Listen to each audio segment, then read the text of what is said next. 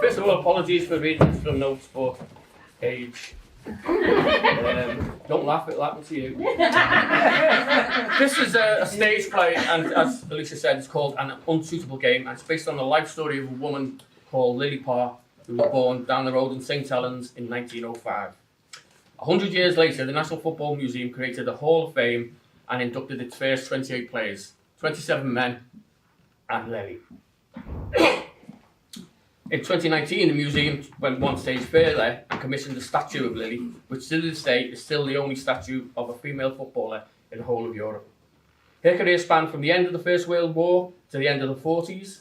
She played 1,200 games, scored more than 800 goals. She could hit the ball clear across from one side of the park to the other, from left wing to right, and she was the first player, male or female, to be sent off for fighting. Off the field, she was equally interesting. She was 6 feet tall in the days when women were normally 5'2" or 5'3". She smoked like a chimney, drank like a fish, ate like a horse, and swore like a docker. She was also touch-light-fingered, helping herself to the occasional match ball, and when visiting stately homes, she'd walk off with some cutlery. And the spectacular bit on top of all of that is that she was openly gay. She lived with her partner, Mary, in the house that they bought together in Preston. So, why isn't her name more well known? In 1921, the FA started to become concerned about the popularity of the women's game. There was lots of publicity, they had huge attendances, and they were taking attention away from the men's game. So they persuaded 2 medical professors to write a bogus report that playing football caused women severe medical problems. On 5th of December 21, the FA issued a statement saying, in part, the game of football is a quite unsuitable game for females and ought not to be encouraged. They then banned women from all of their pitches, a ban which lasted for 50 years. That's the background for this play. This opens in 1967 in a hospital where Lily is undergoing a double mastectomy. Crack on.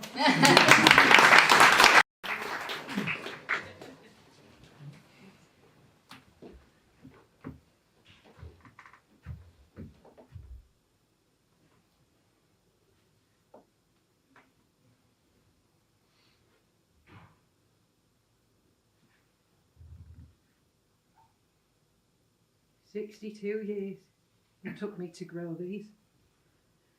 62. And tomorrow morning I'll go and cut them off.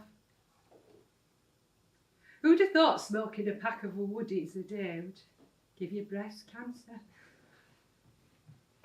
Not that they're huge or nothing. I mean, certainly they're not in the Marilyn Monroe League, but I like them. And my Mary, well, she loves them. She always says to me, she says, hey Lily, hey, any more than a handful is, well, it's a waste. It's easy for her to say. She's got the nicest tits this side of Ribble Valley. Tomorrow I'll have nothing again. When I were a girl, my brothers, they used to call me Lily Two-Backs, and with that flat-chested. Brothers, eh? I bet if they were alive today, they'd be saying exactly the same thing, because that's what brothers are like, aren't they? Annoying bastards. They did do one good thing for me, though. They taught me how to play footy. That one thing, well, it changed my whole life. Anyway, I'll not go on about that. You're going to need a bit of background information from him. Thank you, Lily. June 1914 in Sarajevo, and someone shoots and kills Franz Ferdinand, the Archduke, not the pop group. Before you can say...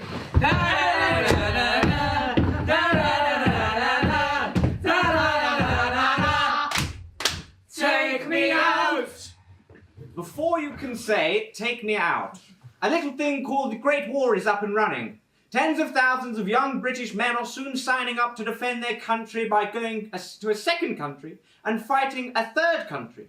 As they do, they leave man-shaped holes in the workforce, in places like factories and farms and on trams and trains. Holes that are quickly filled by women-shaped women who do all the same jobs that the men did, but for half the money. And after doing all that manly work, our brave girls wanted to relax in the manly way as well, so they took to smoking and drinking and in their lunch breaks playing football.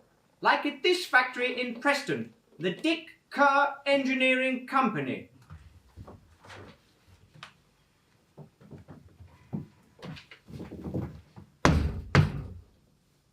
Come in.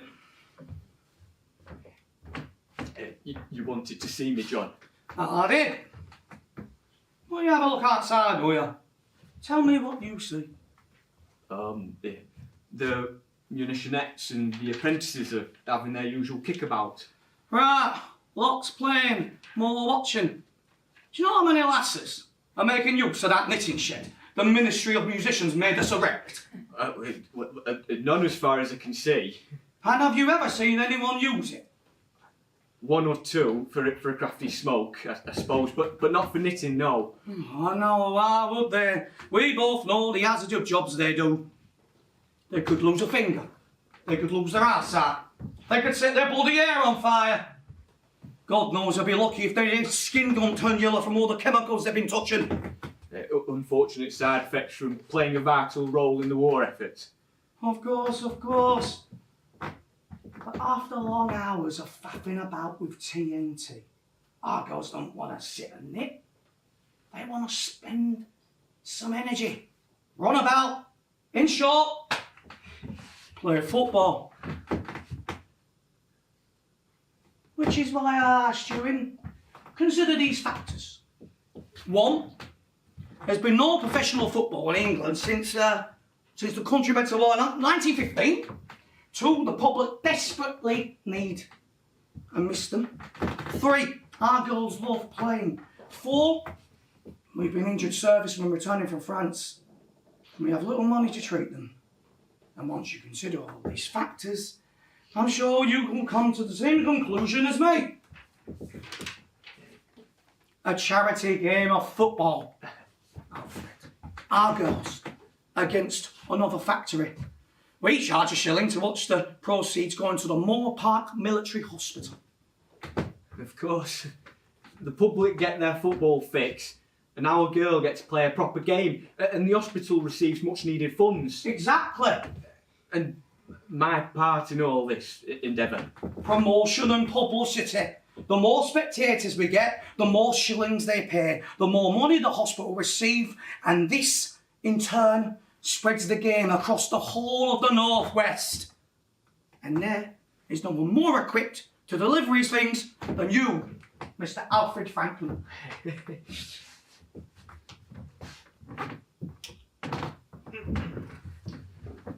That first all-women game took place on Christmas Day 1917 at Deepdale, the home of Preston North End.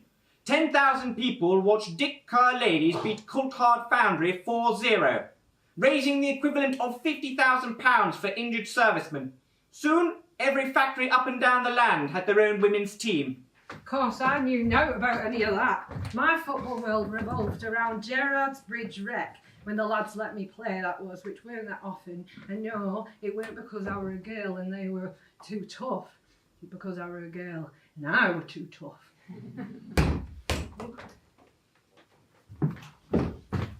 I swear to God, Eddie Fjord, if I have to come after this ball one more time, I'm going to smash your glasses off your face. Because you git. Mum always said I had a way with words. She wanted me to be more ladylike and do stuff like sewing and darning and baking and that. Thing is, I was pretty shy at all that. What I really liked to do was play footy, but it wasn't like a woman were about to make money doing that, was it?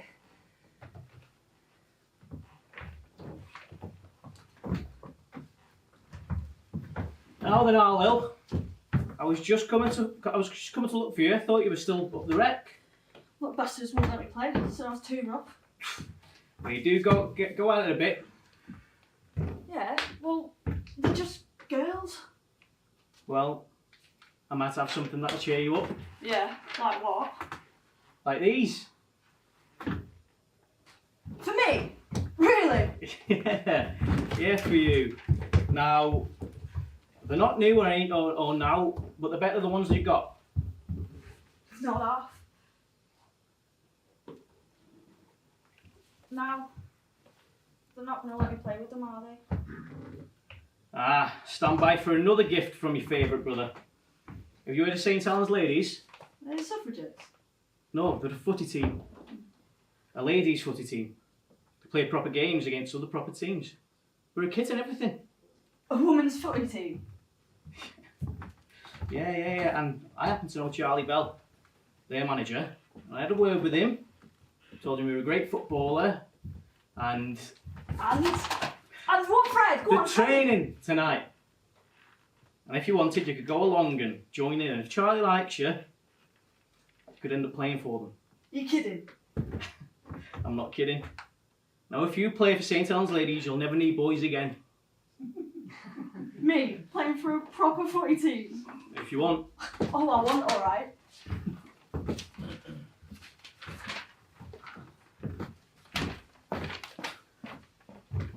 Well, come on then, do as you proper. Like I said, I had a way with words. But in my defence, I was more excited in that moment than I'd ever been in my whole life. I fair ran all the way to Knowsley Road, our Fred panting like a dog behind me. And you know what? I wasn't even nervous, which I know sounds crazy, but I just knew I was going to do good.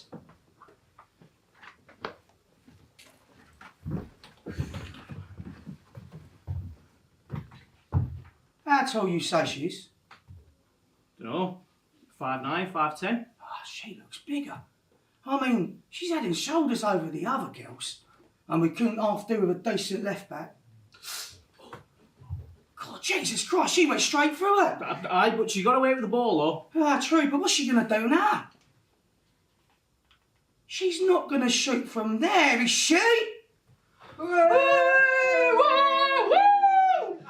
I've seen you do it before. You were lying to me about her, Fred. She's not just good. She's fantastic.